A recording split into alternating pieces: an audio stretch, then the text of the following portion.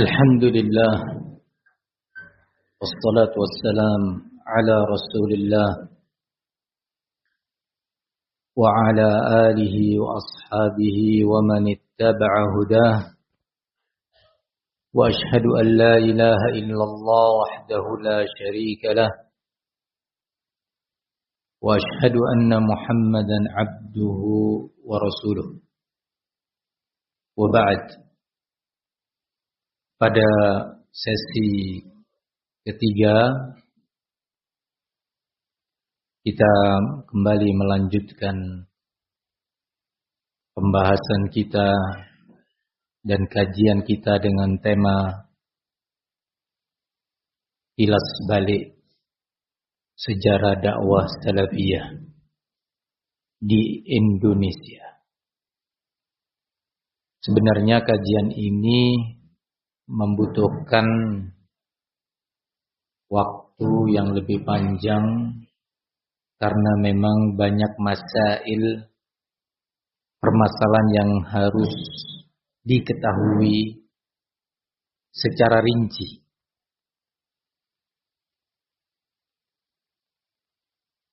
Namun ma la yudrak julluhu la yutrak kulluh. Sesuatu yang enggak bisa diraih atau didapati mayoritasnya tidak kemudian ditinggalkan semuanya. Tadi kita mulai memasuki tahapan ketiga dari sejarah dakwah salafiyah di Indonesia. Sebelum memasuki tahapan ketiga ini, sempat tadi disebutkan bahwa pada masing-masing tahapan itu ada kaidah-kaidah baru yang dibuat, diciptakan dan disosialisasikan secara masif untuk melindungi kebid'ahan dan kemungkaran yang ada pada masing-masingnya. Karena kaidah-kaidah yang lama itu sudah usang. Perlu dibuat formula baru dengan dosis baru. Jadi kalau virus yang lama sudah kebaca sehingga perlu dibuat yang baru. Pada tahapan fitnah sururiyah itu juga disebarkan secara gencar dalam rangka apa tadi? Melindungi kemungkaran-kemungkaran akidah yang ada pada mereka. Agar mereka tidak terhalangi untuk melanjutkan pemahamannya dan agar mereka terlindungi dari penjelasan dan fatwa ulama dan umat terhalangi juga atau lebih parahnya lagi tidak memiliki kemauan, lebih parah laginya kehilangan kepercayaan kepada ulamanya. Ini bahaya kalau umat sudah disekat dari ulamanya. Ahlul batil akan lebih mudah menggiring umat ini. Bukan hanya disekat dalam bentuk dihalangi medianya atau kesempatannya untuk bertanya kepada ulama, tapi lebih parah lagi, dijatuhkan kredibilitas ulama tersebut dengan cara yang sistematis sehingga umat sudah tidak ada kemauan lagi bertanya atau mendengar fatwa, nasihat dan arahan ulama pada setiap peristiwa ini. Ini yang mengingatkan kita kepada hadis Nabi alaihi salatu wassalam, baina yadayi sa'ah sanawatun khadda'at. Menjelang hari kiamat nanti akan datang masa-masa yang penuh dengan tipu daya. penuh kamuflase. Yusaddaqu fiha al-kadhib wa yukadzabu fiha as-sadiq, yu'tamanu fiha al-kha'in wa yukhawwanu fiha al-amin. Pada masa-masa itu si pendusta dinilai sebagai orang yang jujur apa adanya dinilai sebagai pendusta. Pengkhianat yang sudah diketahui pengkhianatannya diberi kepercayaan dan amanah. Sementara seorang yang amin, pengemban amanah, menunaikan tugas-tugasnya, dituduh sebagai pengkhianat. Wa yaktsuru fiha ar-ruwaibidah. Dan pada masa-masa itu bermunculan banyak para ruwaibidah. Qalu manir ruwaibidah ya Rasulullah? Siapa itu ruwaibidah? Para sahabat pun bertanya, siapa mereka ini? Qala ar-rajulul tafih. Dalam riwayat lain ar-rajulul fasiq yatakallam fi amril 'ammah. Orang yang penuh syubhat, penuh pengkhianatan, jahil terhadap hukum agama, berbicara tentang urusan umat. Dan umat tidak lagi kembali kepada ulamanya. Ini yang mereka targetkan nih. Nah, pada masa-masa itu, di antara syubhat dan prinsip atau kaidah yang mereka munculkan apa yang namanya dengan fiqhul waqi'. Fikih memahami, kemudian menyimpulkan peristiwa-peristiwa, data-data yang terjadi pada umat. Digambarkan oleh mereka bahwa yang memahami waqi', yang banyak mengetahui perkembangan-perkembangan politik, peperangan, ini itu waqi'-nya umat. Realita yang terjadi pada umat ini ulama yang sebenarnya yang harus keputusan, fatwa, kesimpulan hukum kembalinya kepada mereka. Sementara ulama yang tidak tahu waqi', taunya cuma perpustakaan, taunya cuma berbicara tentang hukum sholat, hukum wudu, membatal sholat, tentang nifas, tentang haid, tentang pernikahan, tentang talak, tentang ini itu bukan ulama yang paham, mengerti waqi' dan mengikuti perkembangan, sehingga nggak bisa urusan umat sebesar ini dikembalikan ke mereka. Ini terus dikencarkan. Ini bahaya. Bertentangan dengan hadis-hadis Nabi alaihissalatu wassalam, bertentangan dengan ayat-ayat Al-Quran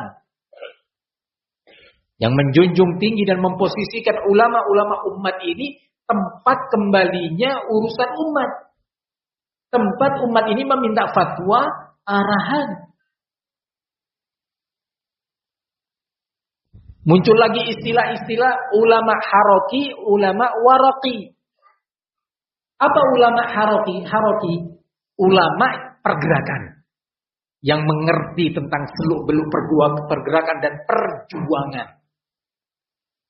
Kalau itu ulama, mereka ulama berilmu, cuma ulama waraki. Apa waraki? Kembalinya kepada warokoh, kertas, buku. Maksudnya ulama buku.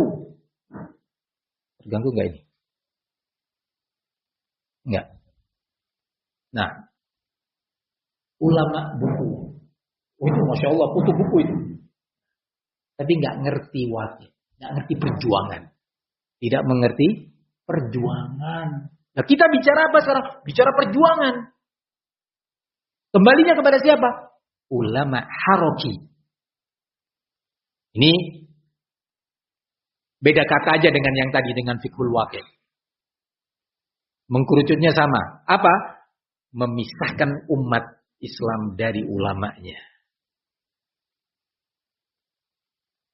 Ini bukan hanya terjadi di zaman ini. Dahulu kaum Mu'tazilah, kaum Khawarij, para ekstremis pada waktu itu juga menjulukin Imam Syafi'i, Imam Ahmad dan yang lainnya dengan julukan-julukan yang menjauhkan umat dari mereka. Dikatakan ilmu Syafi'i. A'udzubillah.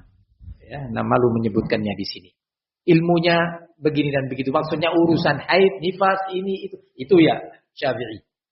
Alhamdulillah.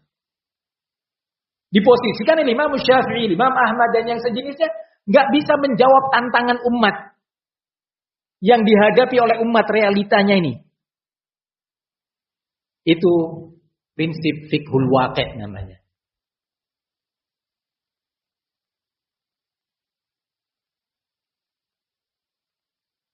Nah, di waktu-waktu itu juga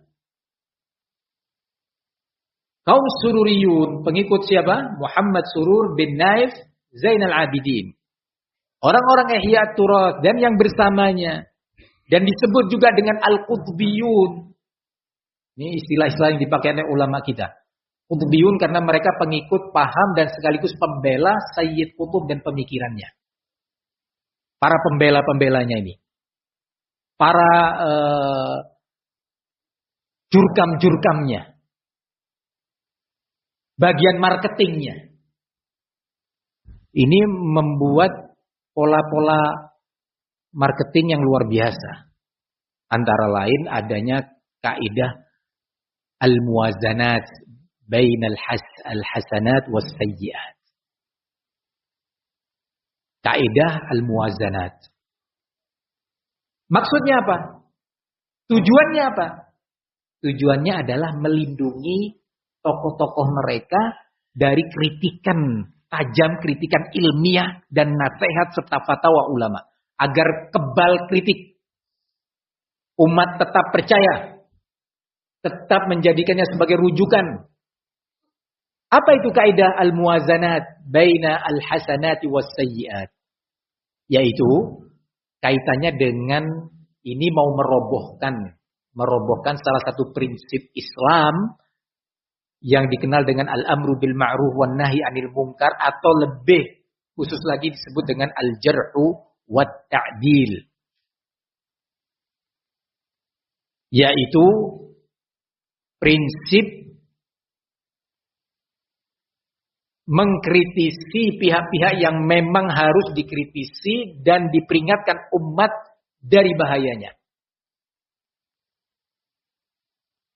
Prinsip ini benar-benar sangat ditakuti oleh ahlul batil. Karena di situ akan muncul ulama-ulama yang Nabi kita alaihi salatu wassalam mengatakan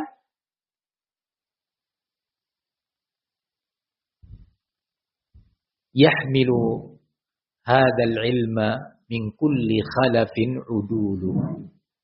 Akan membawa panji ilmu ini, ilmu akidah, ilmu tauhid, ilmu fikih, ilmu semuanya, ilmu Islam ini pembawa panjinya adalah para ulama-ulama udul, ahlul ilmi. Apa tugas mereka? Yanfuna anhu tahrifal ghalin, akan membersihkan ilmu agama ini dari segala yang mengotorinya, dari syubhat-syubhat, kerancuan-kerancuan berpikir. Itu dibersihkan oleh ulama, terus dibersihkan kotorannya dan yang membawa atau memasukkan kotoran itu. Diperingatkan umat dari bahayanya. Ini tugasnya, tiap generasi akan muncul kata Nabi. Para ulama-ulama ini tadi. Jadi ini prinsip yang ditanamkan oleh Islam, ditanamkan oleh Nabi kita alaihi salatu wassalam.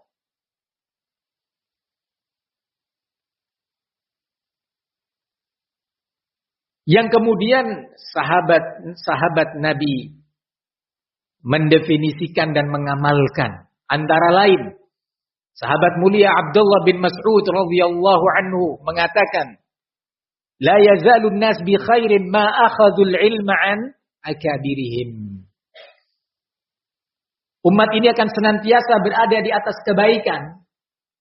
Kebaikan negerinya, akidahnya, manhajnya, ibadahnya, imannya, pemahamannya terhadap Islam. Selama mereka mengambil ilmu dan bimbingan fatwa dari ulama-ulama besar mereka. Disepakati bahwa nama-nama tadi Sayyid Qutb, Said Hawa bukan ulama. Mereka adalah seorang sastrawan, seorang penulis. Yang menulis itu bukan berdasarkan ilmu, tetapi dari olahan otaknya. Apa yang digiring oleh perasaannya. Semangat dan emosinya, sakit hatinya, kebenciannya mewarnai itu. Bukan ilmu.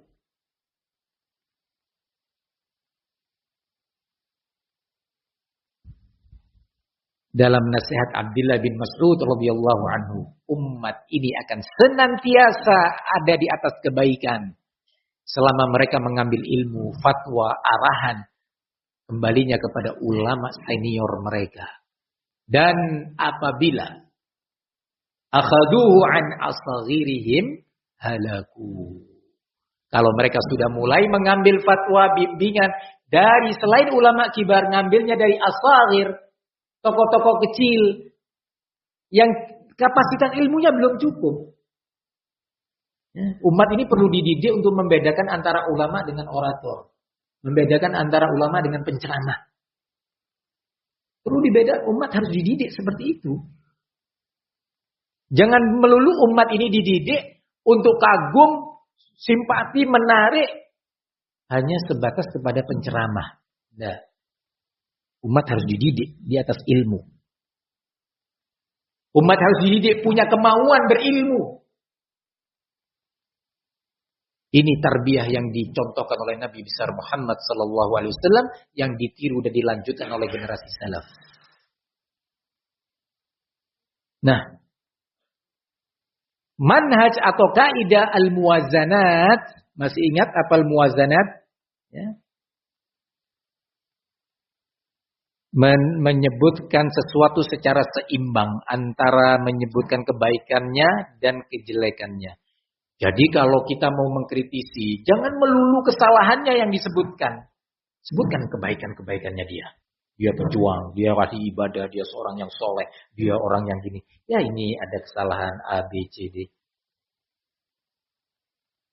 Ini kaidah. Dan sudah para ulama kita menulis karya demi karya dan telah keluar fatwa demi fatwa. Salah satu yang membela dan memasarkan kaidah al-muwazanat ini adalah Ali bin Hasan al-Halabi.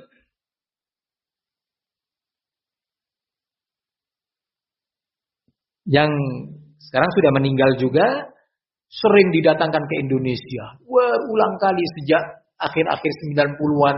Terus itu hampir setiap tahun datang ke Indonesia. Antum bisa tahu siapa panitianya.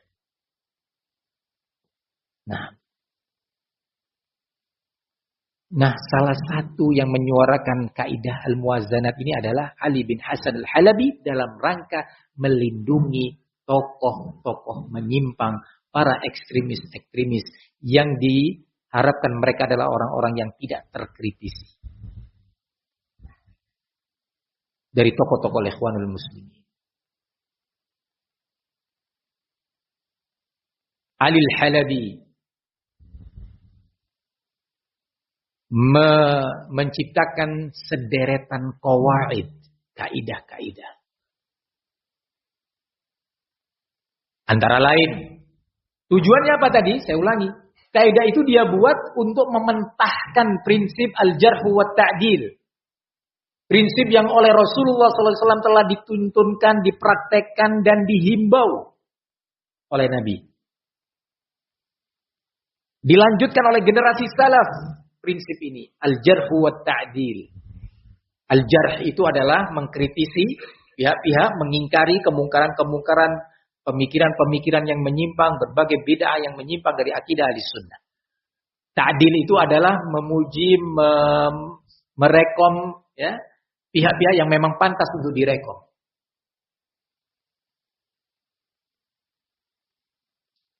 Antara lain bahwa al-jarhu la yuqbal illa idza ajma'a alaihi ulama. Bahwa kritikan itu tidak bisa diterima kalau belum terjadi kesepakatan atau ijma' antar ulama. Kalau ulama sudah sepakat, baru diterima. Kelihatan indah kan? Kelihatan adil, kelihatan menarik. Apa pertanyaan besar? Apakah demikian Rasulullah menuntunkan? Ini penting. Selalu ada di benak kita. Apakah demikian ulama salaf yang kita diperintahkan untuk mengikuti, meneladani jejak mereka menuntunkan? Ini harus selalu ada di benak kita. Kalau ada sesuatu yang baru, kaidah yang baru, langsung siapkan filternya. Apa filternya? Bagaimana Rasulullah menuntunkan? Bagaimana ulama salaf Bagaimana Muhammad bin Sirin, Ayyub As-Sakhtiyani, Syu'bah ibn al-Hajjaj, Sufyan Ats-Tsauri, Sufyan ibn Uyainah, dan yang lainnya saat menilai dan menghadapi keadaan itu. Benar nggak nih kaidah? Dituntunkan oleh mereka ataukah tidak? Jangan kita yang menilai, kita bukan bidangnya.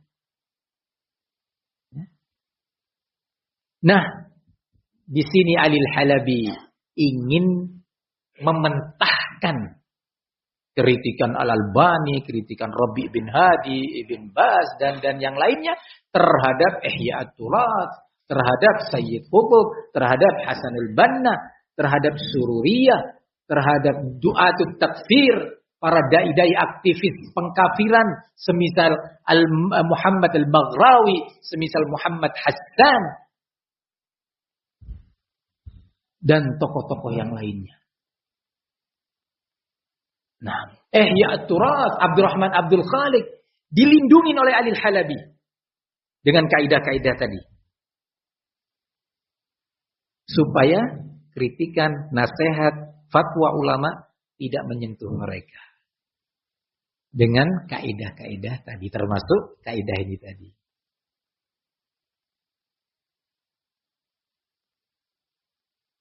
Perlu waktu tersendiri merinci dan menjawabnya. Begitu juga kaidah khabarus thiqah, innama hadza kana fi ilmi riwayat, la fi ilmi naqdir rijal, wat tabdil, wat tahdhir. Ada sebuah prinsip yang ditanamkan oleh salaf namanya qabul khabaris thiqah. Kewajiban menerima berita, informasi, peringatan dari ulama yang terpercaya. Tentu ada kriterianya. Ada ketentuan-ketentuannya untuk sampai pada derajat as-thiqah. Ali Al-Halabi punya kaidah. Baru ini. Muhdats. Diada-adakan. Belum ada pada generasi salaf. Tidak pernah dikenal oleh ulama kita dari generasi ke generasi. Dan sebaliknya. Justru ulama kita berbeda 180 derajat dari prinsip Ali Al-Halabi ini tadi.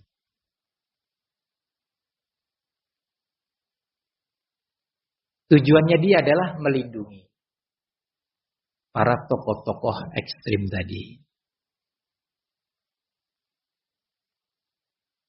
Begitu juga kaidah dia yang dia ucapkan dan dia amalkan, dia praktekkan, dia ajak orang-orang di berbagai belahan dunia ini untuk mengamalkannya, yaitu nuridu manhajan wasi'an afyah yasa'u ahlas sunnah wal ummata kullaha.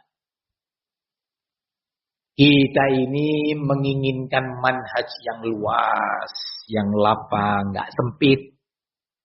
Manhaj, ya, pola bersikap yang luas, yang bisa mencakup, menerima, merangkul seluruh ahli sunnah dan umat secara menyeluruh.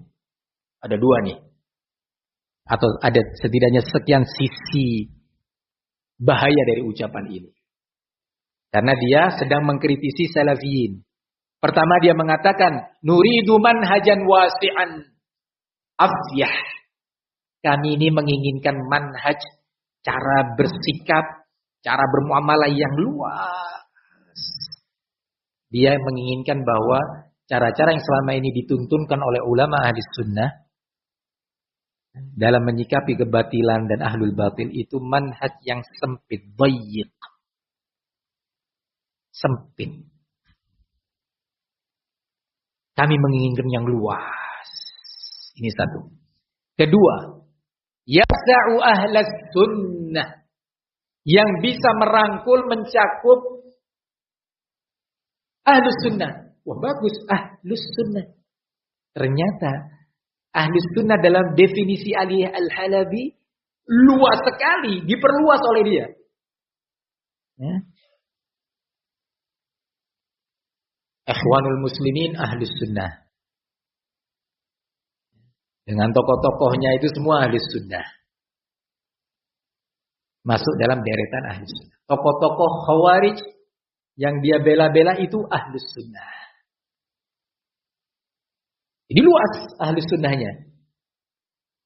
Kita terkecoh, jangan terkecoh dengan kalimat Ahlus Sunnah yang dia pakai. Dan ini dia tekankan dengan wal ummata kullah, dan umat secara menyeluruh.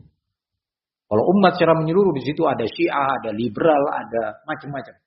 Masuk semuanya dalam manhaj yang diinginkan oleh Alil Halabi. Ucapan ini dipraktekkan oleh dia memang.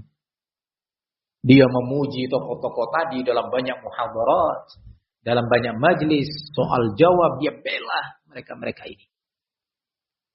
Lebih dari itu, dia pernah berpidato di hadapan Raja Yordan yang di situ dia memuji Risalah Amman. Muktamar ini dihadiri oleh tokoh-tokoh liberal, tokoh-tokoh Syiah, tokoh-tokoh Sufi, orang-orang nasionalis, sekuleris,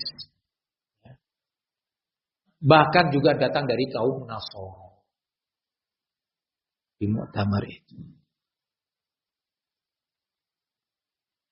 Yang kemudian muktamar ini juga sering disebut dengan al-hiwar bainal adyan. Ya.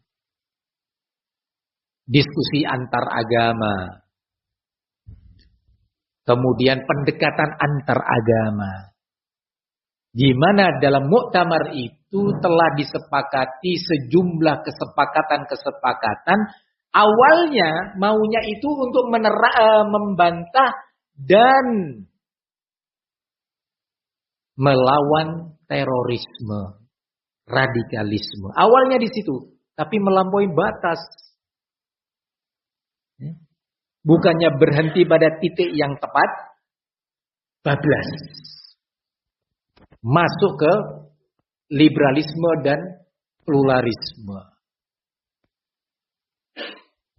Dari sisi isi menguatkan paham liberalisme pluralisme untuk berkawan bersaudara dengan ahlul kitab Nasara dan yang lainnya.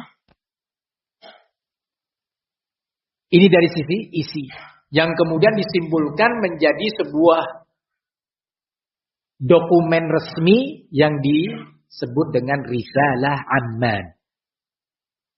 Ya. Risalah Amman. Dalam bahasa Indonesia mungkin artinya dokumen Amman, kesepakatan Amman,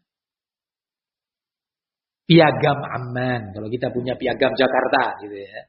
Nah, ini piagam Amman. Isinya liberal, yang hadir tokoh-tokoh Syiah, Sufi dan macam-macam di situ. Ketika Alil Halabi dinasehati oleh ulama kita, bukannya menerima nasihat, malah menjadi-jadi. Ya. Dia mengatakan di situ, bagaimana kita tidak membenarkan atau mendukung Risalah Amman, sebuah risalah ya, yang telah ditandatangani oleh para ulama thiqat. Para ulama-ulama terpercaya. Ya. Pertanyaan besar, siapa itu ulama yang terpercaya? Yang kamu sebutkan dengan ulama thiqat. Sebuah predikat yang luar biasa. Siapa sebutkan? Hadir di situ Al-Fauzan, Al-Luhaidan.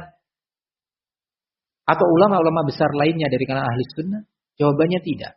Yang hadir di situ ulama-ulama Syiah. Baik dari Iran ataupun dari luar Iran. Itu yang kamu maksud dengan ulama sifat. Dan yang lainnya. Liberalis yang menandatanganinya. Kamu katakan sebagai ulama sifat. Dan itu juga didukung serta ditandatangani oleh ar-ru'asa al-umana. Para pimpinan-pimpinan negara yang terpercaya. Yang amanah. Di antara yang ikut di situ atau ikut menandatangani adalah Ahmadinejad. Presiden mana itu? Iran, Syiah Rafidhah. Ini Ali Al-Halabi yang didatangkan ke Indonesia berulang kali. Dan membuat perpecahan di Indonesia. Sehingga dengan itu disebut pengikutnya dengan Al-Halabiyun.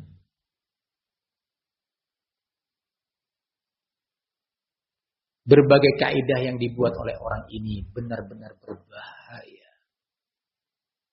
Sangat-sangat berbahaya.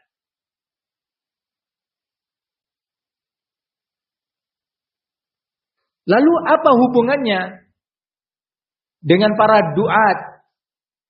Kenapa mereka juga dikatakan sururiyun atau turasiyun atau halabiyun? Mungkin di antara mereka ada orang-orang yang tidak berkeyakinan atau berakidah seperti akidahnya Hiyat Turas. Tidak pula berkeyakinan seperti akidahnya Ali Al-Halabi. Kita jawab, mungkin. Mungkin saja ada. Jika ada, pertanyaan berikutnya, kenapa mereka tetap berkumpul, berkawan, berjalan dengan Halabiyin? Kenapa menghadiri acara-acara muhadharah, daurah dan yang lainnya yang dilakukan oleh Ali Al-Halabi? Kenapa? Tidakkah kamu tahu bahwa Nabi kita alaihi salatu wassalam menyatakan al-mar'u ala dini khalilih? Seseorang itu dinilai akidahnya, manhajnya, pola pikirnya dari kawan dekatnya. Perkawanan menjadi salah satu mizan dan tolok ukur penilaian. Itu manhaj salaf. Manhaj yang diajarkan oleh Nabi alaihi salatu wassalam dan diterapkan oleh ulama generasi salaf hingga hari ini. Seseorang itu dinilai akidahnya, manhajnya, pemikirannya melalui teman dekatnya yang sering berjalan, berkawan, berta'awun, berkoordinasi, bareng ke sana kemari. Itu salah satu mizan. Diriwayatkan oleh Imam Ibnu Battah dalam kitab Al-Ibanah. Ya, salah satu ulama ahli sunnah. Rahimahullah ta'ala. Sebuah athar dari Yahya bin Sa'id Al-Qattan. Rahimahullah ta'ala qala lamma qadima Sufyan Ats-Tsauri Al-Basrah, ketika Sufyan Ats-Tsauri datang ke negeri Basrah, salah satu provinsi di Irak, ja'ala yanzuru ila amri Ar-Rabi' bin Subaih wa qadrihi 'indan nas. Sufyan ini ulama pembina. Ulama yang menyayangi umat. Ya. Dia melihat kondisi seorang muhaddits, seorang ahli hadis yang dikenal dengan nama Ar-Rabi' bin Subaih. Nama ini tercantum dalam sejumlah buku-buku hadis. Salah satu perawi, bukan sembarang orang. Ar-Rabi' bin Subaih. Ketika melihat Rabi' bin Subaih yang begitu diagungkan, dipuja-puji oleh masyarakat di situ, oleh para tullabul ilmi, para penuntut ilmu, maka Al-Imam Sufyan bin Sa'id Ats-Tsauri rahimahullah bertanya kepada mereka. Nah, ma madhabu? Maksudnya apa akidahnya si Ar-Rabi' bin Subaih? Mereka menjawab sebatas yang mereka ketahui, para penuntut ilmu.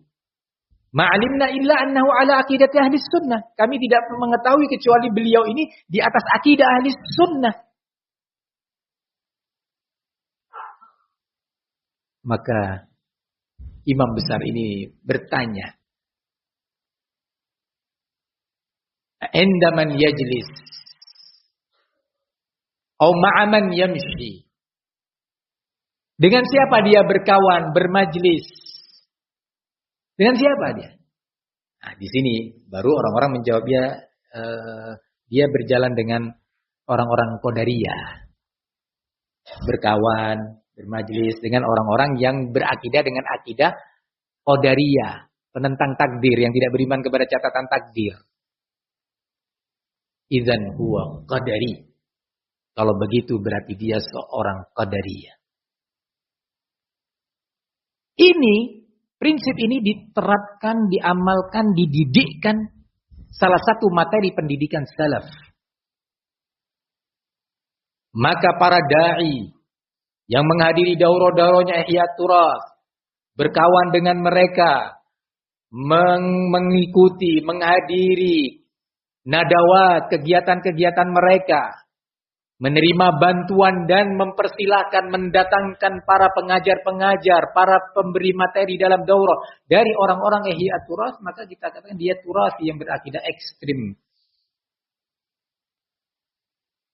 Begitu juga yang berkawan dengan Sururiyin dan Halabiyin, menyebarkan daurah-daurah mereka, mempromosikannya, menghadirinya, mengajak kawan ke sana, maka dia Halabi, hizbi.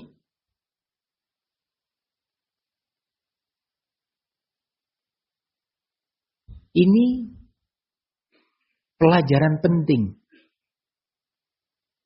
yang diajarkan oleh para ulama dari zaman ke zaman. Berbicara tentang qawaid halabiyah, kaidah-kaidah yang dibuat dan disebarluaskan oleh Adil Halabi, tadi saya katakan membutuhkan waktu lebih rinci. Bagaimana membantahnya? Beliau tidak juga mau menerima apa yang dinamakan dengan al-jarhul mufassar. Ini satu masalah. Apa itu jarh mufassar? Bagaimana penerapannya?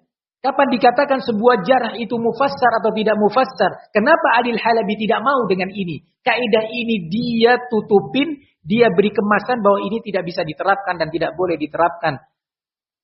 Ya. Kenapa? Itu tadi. Kalau umat belajar ini, umat mengamalkan kaidah-kaidah yang diterapkan oleh para ulama terdahulu, akan terhalangi misi-misi mereka. Ini yang sekarang mereka berjuang untuk menghadang manhajus salaf. Mereka benar-benar berjuang mati-matian untuk memberikan gambaran yang sangat negatif tentang ulama-ulama salaf. Ulama-ulama kita di zaman ini yang melakukan, menerapkan, berjuang melindungi akidah umat. Ini baru 3 tahapan. Tentu tadi saya katakan pembahasan ini dengan tema kilas balik sejarah dakwah salafiyah di Indonesia membutuhkan waktu yang lebih luas, lebih banyak. Insyaallah semoga kita menemukan waktu lain yang lebih baik. Bismillah ta'ala. Ada pertanyaan, apakah salafiyin tetap harus berikhtiar dan berjuang untuk persatuan dakwah salafiyah? Na'am, wajib. Ya. Penting. La khaira fi katsirin min najwakum illa man amara bi shadaqatin aw ma'rufin aw islahin bainan nas. Ayat ini kesimpulannya sangat menghimbau, menekankan, memerintahkan untuk melakukan perbaikan hubungan. Karena upaya perbaikan itu atau islah adalah perintah syar'i, tata cara pelaksanaannya pun diatur oleh syariat. Jadi nggak bisa asal-asalan. Penerapannya pun harus terbimbing dengan bimbingan ilmu. Nggak boleh pakai perasaan kita, logika kita, apa yang menurut kita baik. Belum tentu syariat menilai itu baik. Apa yang menurut kita benar, belum tentu syariat menganggap itu benar. Maka butuh bimbingan. Jadi kalau pertanyaan apakah tetap? Naam, harus. Nah, berjuang untuk itu.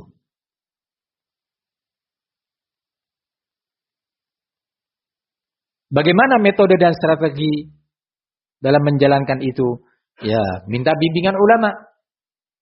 Kembalikan kepada mereka bagaimana cara mengislahkan yang benar, ilmiah. Sesuai dengan bimbingan ilmu. Nah. Amin. Bagaimana sikap, adab, akhlak dan perilaku yang seharusnya dilakukan oleh salafin dalam menjalankan dakwah salafiyah? Pertama, berilmu. Salafin harus berilmu. Salafin tidak mendidik putra-putrinya, murid-muridnya, teman-temannya dengan pendidikan taklid dan asabiyah. Ini yang pertama. Yang kedua, menjalankan dakwah ini dan cara bermuamalah dengan hikmah. Hikmah juga dituntunkan dalam Al-Quran dan Sunnah. Siapa manusia terbaik dalam mengamalkan dan menerapkan hikmah? Jawabannya siapa? Para sahabat. Di antara nasihat sahabat adalah apa yang dikatakan oleh sahabat Ibnu Abbas radhiyallahu anhuma. La tujalisu ahlal ahwa fa inna mujalasatahum mumridatun lil qalbi. Jangan kalian bermajlis dengan orang-orang yang punya pemikiran menyimpang. Karena bermajlis dengan mereka itu akan menjadikan kolbu ini berpenyakit. Ada penyakit zaighun, kecenderungan untuk menyimpang, itu menular. Ya, bukan hanya virus yang menular, tetapi perkawanan itu bisa menularkan karakter. Perkawanan bisa menularkan akidah. Jangankan dengan manusia, dengan hewan pun membentuk karakter. Bukankah Nabi alaihi salatu wassalam telah memberitakan bahwa ahlul ibil, ahlul kibir, wal ghilzah, para pengembala onta itu adalah orang-orang yang cenderung sombong dan keras, kaku. Menangnya sendiri, maunya sendiri. Wa ahlul ghanam ahlus sakinah. Sementara pengembala kambing itu orangnya yang adalah orang yang tenang, tidak terburu-buru, lembut. Coba. Berkawan, bergaul dengan hewan bisa membentuk karakter. Apalagi dengan manusia. Lebih berbahaya lagi. Maka hikmah yang dimaksud, cara penerapannya adalah dengan bimbingan ilmu. Begitu juga tentang akhlak dan perilaku. Juga dibimbingkan dalam Al-Quran was Sunnah yang kesimpulannya semuanya apa? Kembalinya pada apa? Talabul ilmi. Gitu. Belajar.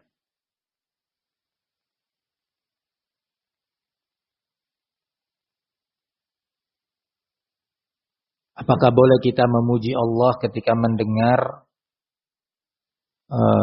seorang penyeru kebatilan, penyeru fitnah diwafatkan? Nah, boleh memuji Allah, tapi dengan cara yang hikmah, ya, dengan cara yang tepat, disesuaikan dengan kondisinya, ya, disesuaikan dengan audiennya.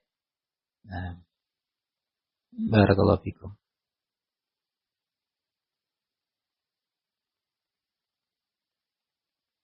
Nah, afwan Ustaz, para dai roja di Indonesia menjuluki salafin yang mengikuti ulama semisal Syekh Rabi sebagai jamaah tahdzir. Bagaimana sikap mereka? Sikap kami? Pertama, bersabar. Kalau cuma julukan-julukan jelek, ya, hinaan dan seperti itu, sabar aja. Karena yang dilakukan sebenarnya bukan hanya kita di Indonesia, di berbagai negara. Julukan-julukan munaffirah seperti ini yang membuat orang lari, ya, membuat orang fobi, itu memang cara-cara jahiliyah. Ya, cara-cara jahiliyah dalam rangka menghalangi umat dari kebenaran.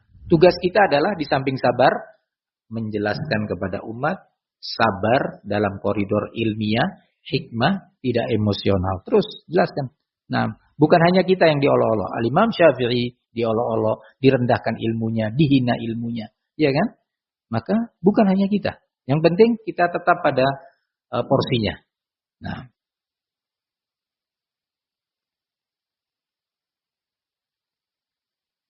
Bagaimana sikap kita apabila datang fatwa atau ilmu dari orang yang menyimpang manhajnya, namun ucapannya atau fatwanya mengandung kebenaran?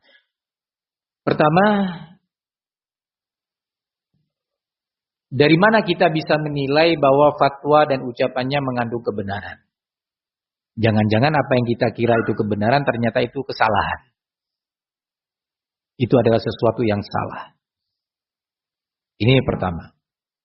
Yang kedua, jika memang benar secara realita apa yang dia ucapkan adalah sebuah kebenaran, maka wajib kita terima dari siapapun. Yang ketiga, ini bukan berarti membenarkan kita untuk menghadiri majlis-majlis ahlul batil untuk mengais mencari apa yang menurut kita kebenaran dan kebaikan. Loh ya, kalau antum hadir di tempat majlis seperti itu, orang tersebut, ya, ana mau cari yang benar-benar aja. Antum kalau mau cari yang benar-benar di tempat kebenaran. Jangan maaf-maaf saja, jangan di tong sampah. Nanti antum akan mencium aroma yang nggak enak, melihat sesuatu yang menjijikkan. Lama-lama tabiat antum akan terbentuk kebiasaan tong sampah tiap hari. Nah, mentalnya terbentuk akhirnya. Ya. Carilah kebenaran itu pada tempatnya. Tapi kalau kebetulan antum mendengar sampai kepada antum kebenaran, sekali lagi kebenaran, bukan apa yang kita anggap benar gitu. Memang kebenaran wajib diterima. Tapi jangan kulaan di tempat mereka. Nah, barakallahu fikum. Baik, kita cukupkan kajian ini sampai di sini. Semoga Allah Subhanahu wa taala menjadikan majlis kita majlis yang dirahmati dan diterima di sisinya. Amin Allahumma amin. Jika benar itu memang datangnya dari Allah Subhanahu wa taala, jika ada yang kurang atau salah murni karena kekurangan dan kejahilan yang ada pada diri ana, semoga Allah mengampuninya dan harap untuk diluruskan dan dibenarkan. Nah. Wassallallahu wasallam wa barak ala nabiyyina Muhammad wa ala alihi wa sahbihi wasallam walhamdulillahi rabbil alamin.